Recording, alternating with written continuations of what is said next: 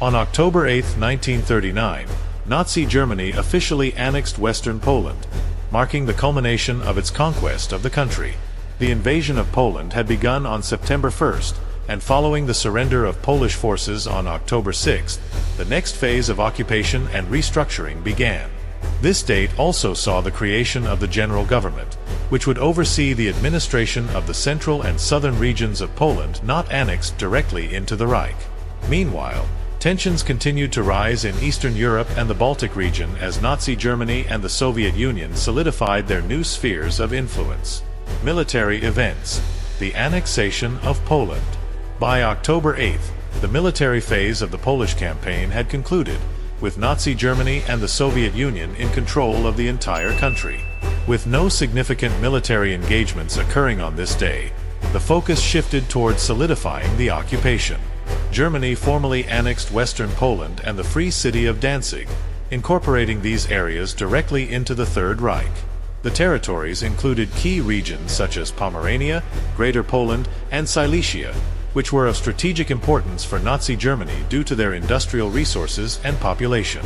Simultaneously, the central and southern portions of Poland were designated as the General Government, an administrative zone intended to be ruled as a colony under German control. This new political entity was overseen by Hans Frank, who would become infamous for his brutal administration of occupied Poland. The General Government would serve as a key area for Nazi policies, including the forced displacement of populations, the exploitation of Polish labor, and the establishment of ghettos for the Jewish population. Diplomatic and geopolitical developments. Solidifying occupation and Soviet ambitions. The annexation of Western Poland and the establishment of the General Government marked a major turning point in Nazi Germany's broader geopolitical strategy.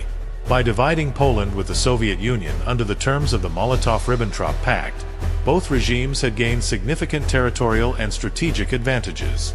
In the Soviet-controlled eastern regions, similar measures were being implemented, with the USSR integrating these territories into the Ukrainian and Belarusian Soviet republics. Meanwhile, Germany and the Soviet Union were also making moves to exert control over the Baltic region. This day saw continued Soviet pressure on Finland and the Baltic states, as Moscow sought to secure military bases and extend its influence over the region. This reflected the broader strategy of Stalin's Soviet Union to create a buffer zone between itself and Nazi Germany. International reactions and media coverage. The international community responded to the annexation of Poland with outrage and concern. In Britain and France, the press widely condemned Nazi Germany's aggressive actions and the brutality of the occupation. Newspapers like The Times in London expressed fears about what the future would hold for Poland under Nazi rule, emphasizing the tragic consequences for the Polish people. There was also growing frustration with the Allied response to the invasion, as both Britain and France had declared war on Germany but had yet to engage in significant military action on the Western Front.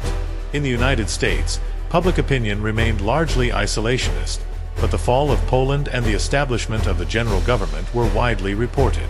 The American press began to shift its tone, increasingly critical of Nazi Germany's territorial ambitions and the potential threat to European stability. The annexation of Poland also reignited debates about U.S. neutrality and whether more proactive measures should be taken to support the Allies. Projections. The impact of October 8th on the future of the war.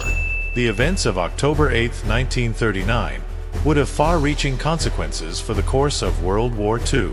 The annexation of Western Poland and the creation of the General Government set the stage for one of the most brutal occupations in modern history.